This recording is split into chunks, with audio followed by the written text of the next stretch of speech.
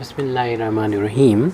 On the demand of Tanushin Motihari, east Champaran Bihar, ये problem differential equation के linear differential equation with constant coefficients है, क्योंकि यहाँ पर कांस्टेंट कोफिशिएंट है 1 माइनस ए स्क्वायर, ये कांस्टेंट कोफिशिएंट है इसलिए, और इसकी जो पावर है सेकंड डेरिवेटिव हो चाहे यहाँ पर y है उसकी पावर 1 है तो लीनियर है। तो linear differential equation with constant coefficient है, इसको हमें सॉल्व करना है। सॉल्व करने के लिए इसको डी नोटेशन में लिख दिए। सेकंड डेरिवेटिव है तो इसको d2y लिखेंगे, क्योंकि d का मतलब होता है d ओवर dx होता है और d स्क्वायर का मतलब होता है d2 ओवर dx स्क्वायर होता है। तो d2y में लिख दिया minus a square y is equal to e to the power a x plus e to the power n x है। यहाँ से राइट हैंड साइड में y को कॉमन ले लेंगे तो ये इतना हो जाएगा e to the power a x plus e to the power n x. अब इस डिफरेंशियल इक्वेशन को सॉल्व करते हैं तो दो इसमें पार्ट होते हैं, complementary function plus particular integral. तो जो कम्प्लीमेंट्री फंक्शन है उसको निकालते हैं एक्सिलरी इक्वेशन की हेल्प से, एक्सिलरी इक्वेशन। तो एक्सिलरी इक्वेशन इज़ यहाँ पर जहाँ पर ये जो हमारा डी का फंक्शन नज़र आ रहा है, डी की जगह पर एम कर देंगे, M square minus a square बराबर 0। तो इसे एम की हम वैल्यू फाइंड कर लेंगे। इसको राइट हैंड साइड में ट्रांसपोज किया तो ये माइनस था प्लस में कन्वर्ट हो गया। एम की वैल्यू निकालेंगे, स्क्वायर रूट लग जाएगी जिसकी दो वैल्यू होती है प्लस माइनस, और ये एन रूट से बाहर निकल आएगा प्लस माइनस ए की फार्म में। तो दो एम की वैल्यू हमें मिल गई, प्लस ए और माइनस ए। इसे हम कम्प्लीमेंट्री फंक्शन लिख सकते हैं। कम्प्लीमेंट्री फंक्शन हो जाएगा c1 e to the power a x हो जाएगा प्लस का c2 into e to the power minus का ए एक्स हो जाएगा। कम्प्लीमेंट्री फंक्शन फाइंड करने के बाद हमें पर्टिकुलर इंटीग्रल निकालना है। तो पर्टिकुलर इंटीग्रल में होता है 1 अपान वाई का जो भी कोएफिशिएंट यहाँ नज़र आ रहा है वो लिख दीजिए, यानी D square minus a square, और राइट हैंड साइड में जो लिखा था वो लिख दीजिए, यानी e to the power a x plus e to the power n x. तो इसको हम जब दोनों पर ऑपरेट करेंगे तो ये हो जाएगा 1 upon D square minus a square और e to the power a x plus 1 upon D square minus a square, और ये हो जाएगा e to the power n x हो जाएगा। तो यहाँ पर जब हमने इसको लिख दिया तो ये देखिए यहाँ पर तो हमारे लिए आसानी है कि जहाँ पर भी डी मिले, अगर ई के बार एक्स होता है तो यहाँ पर डी मिलेगा तो डी की जगह पर एक्स का जो कोएफिशिएंट एन है वहाँ रख देंगे। बस शर्त ही ये वैल्यू जो नीचे मिल रही है हमें डिनोमिनेटर में ये ज़ीरो के बराबर नहीं होगी, क्योंकि एन और ए अलग अलग हैं तो ये वैल्यू ज़ीरो के बराबर नहीं होगी। इसकी तो वैल्यू आ गई, लेकिन यही फार्मूला हम यहाँ पर नहीं लगा सकते, क्योंकि टी की जगह पर अगर ए रख दिया तो ए स्क्वायर में से ए माइनस होगा, अपान में ये ज़ीरो हो जाएगा, वैनिस हो जाएगा। तो उसके लिए फार्मूला कुछ अलग होता है। तो उसके लिए फार्मूला ये होता है कि यहाँ पर आप 1 का इंटू मान लीजिए, और e की पावर ए एक्स को जब यहाँ पर लिखें बाहर तो जहाँ पर भी d नज़र आए वहाँ पर d प्लस ए रख दीजिए, और इसका स्क्वायर है तो स्क्वायर हो जाएगा, माइनस ए स्क्वायर चल रहा वो आ जाएगा। और जो यहाँ पर जो भी फंक्शन हो, यहाँ पर हमने नहीं था तो 1 मान लिया, और कुछ भी अगर x या एक्स स्क्वायर या जो भी हो वो यहाँ पर आ जाएगा। अब इसे थोड़ा सा सॉल्व कर लें, e to the power a x into देंगे a square plus minus cancel हो जाएगा, ओनली 1 अपान डी बचेगा, यानी डी स्क्वायर। ये अभी ओपन करना बाकी रह गया है।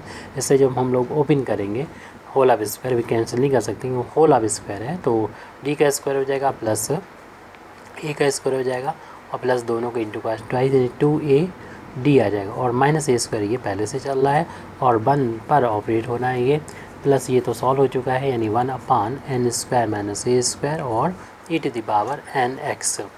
यहाँ पर a square plus minus cancel हो जाएगा, जो बच गया उसको हम लिख रहे हैं। तो ये पर्टिकुलर इंटीग्रल के इक्वल चल रहा है, तो particular integral is equal to e to the power a x into 1 upon D square plus 2ad, और ये 1 हो गया ये, और plus 1 upon n square minus a square और e to the power n x हो गया ये।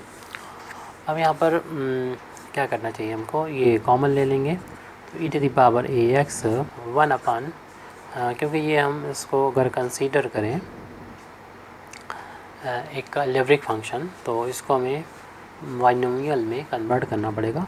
तो जो डी की जिस पे पावर कम हो उसको यहाँ पर 1 बना लेते हैं, तो 2ad टोटल बाहर ले लें इस ब्रैकेट में से, तो ये 1 आ जाएगा। इसको हम पहले लिख दे रहे हैं इसमें, यानी डी स्क्वायर में, क्योंकि हमने बाहर लिया है 2ad को कॉमन बाहर लिए तो इसमें डिवाइड हो जाएगा 1 ऐसे लिख देंगे और इस टर्म को में भी कोई भी चेंज नहीं होगा, ये तो सॉल्व हो चुका है। e⁻ nx ऐसे चलता रहेगा ये e⁻ax। और इसमें हमने कहा बाइनोमियल बन गया, ये ऊपर ले जाएंगे, अभी तो पावर 1 है, जब हम इसको न्यूमरेटर में ले जाएंगे तो 1 प्लस डी, और ये एक पावर डी की कट जाएगी तो डी बचेगा 1 पावर अपान में 2a, उसकी पावर -1 हो जाएगी और 1 पर ये ऑपरेट होना है। इस टर्म को विदाउट एनी चेंज ऐसे लिख देंगे 1/n² - a² e⁻nx।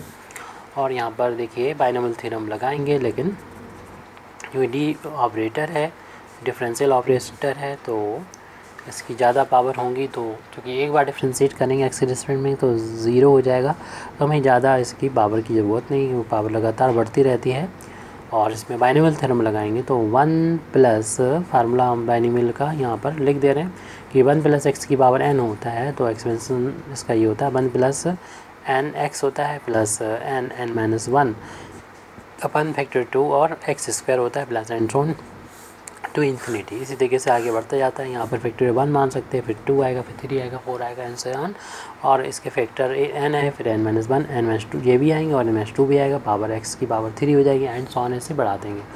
लेकिन यहाँ पर हमें ज़्यादा ज़रूरत नहीं पड़ेगी, n की जगह पर -1 है और x की जगह पर d/2a है, ये दो टर्म ही लिखना काफ़ी है, उसमें से भी एक टर्म ही ज़रूरत पड़ेगी, क्योंकि अगर हम इस ये ऑपरेट होगा 1 पर तो d का मतलब एक बार डिफ्रेंशिएशन करना x के रिस्पेक्ट में, तो जब इसको डिफ्रेंशिएट करेंगे तो ज़ीरो आ जाएगी, इसलिए हमें ये भी लिखना हमारे लिए ज़रूरी नहीं है। तो 1 पर ये सारा ऑपरेटर ऑपरेट हो जाएगा। बाकी लास्ट वाला टर्म जैसे है वैसे लिख दीजिए 1/n² - a² और e⁻nx। तो यहाँ पर सिर्फ हमारा दो टर्म ही काफ़ी लिखना है, क्योंकि अगला टर्म अगर लिखेंगे तो वो d का, क्योंकि x का स्क्वायर है यानी x की यहाँ पर ये है तो d का स्क्वायर आएगा, क्योंकि फर्स्ट डेरिवेटिव ही जब हम 1 का करेंगे तो ज़ीरो आ जाएगा, तो सेकंड डेरिवेटिव भी ज़ीरो आना, बाकी के सारे डेरिवेटिव ज़ीरो आना, कि वो डी की लगातार पावर बढ़ती चली जाएगी। तो हमारा ये वैल्यू जो पर्टिकुलर इंटीग्रल की वैल्यू है वो आ जाएगी e⁻ax 1/2a, तो कांस्टेंट है, डी ऑपरेटर है, और यहाँ पर 1 इस पर ऑपरेट 1 का यहाँ पर ऑपरेट होगा, यानी 1 में इंट होगा तो ये 1 आ जाएगा, और ये माइनस का निशान है, और ये 1/2 अलग से लिख दें, और d जो है जब ऑपरेट होगा 1 पर तो ज़ीरो आ जाएगा, प्लस एंड सो ऑन कर लीजिए, प्लस लास्ट टर्म ऐसे लिख दीजिए जो ऐसे लिखा था 1/n² - a² और e⁻nx। तो e⁻ax/2a को साइड से लिख दें, ये 1/d ऑपरेटर है, और जब यहाँ पर डिफ्रेंशिएट करेंगे 1/2a तो ये 1 का डिफ्रेंशिएशन x के रिस्पेक्ट में ज़ीरो होता है, बाकी भी सारे के सारे ज़ीरो हो जाएंगे। तो सिर्फ हमारा ये लास्ट टर्म ऐसे ही लिखा चला आ रहा है, लास्ट शुरू से ही उसको ऐसे ही नोट कर लिया हमने विदाउट एनी चेंज। यहाँ पर सब ज़ीरो के सिर्फ 1 बचेगा, और हमें 1 को इंटीग्रेट करना पड़ेगा, क्योंकि 1/d का मतलब होता है कि इंटीग्रेट करना जो भी यहाँ पर फंक्शन है जो 1 है x के रिस्पेक्ट में, 1/ इस टर्म को लिखेंगे n² - a² और e⁻nx, और 1 का इंटीग्रेशन x के रिस्पेक्ट में होता है, आपको मालूम है कि x के बराबर होता है प्लस 1/n² - a² और e⁻nx। अब जब पर्टिकुलर इंटीग्रल कंप्लीट आ चुका है तो हम लिख सकते हैं solution of given differential equation, क्योंकि ये आर्बिट्री कॉन्स्टेंट्स में 2 आ रहे हैं और 2 ऑर्डर का ही था, जिससे जनरल सॉल्यूशन कहेंगे, general solution of differential equation y = complementary function में ऐड कर दिया जाता है पर्टिकुलर इंटीग्रल। कम्प्लीमेंट्री फंक्शन हमारा आया था c1 e⁻ax plus c2 e⁻−ax, और पर्टिकुलर इंटीग्रल अभी ये आया, इसको लिख देंगे, यानी x को हम पहले लिख दे रहे हैं और e⁻ax/2a है, और प्लस 1/n² - a² और इनटू में e⁻nx है। ये यहाँ पर कंप्लीट सोल्यूशन आ जाता है। Thank you very much indeed for listening me. वाक़िर दावाना अल्हम्दुलिल्लाहि रब्बिल आलमीन।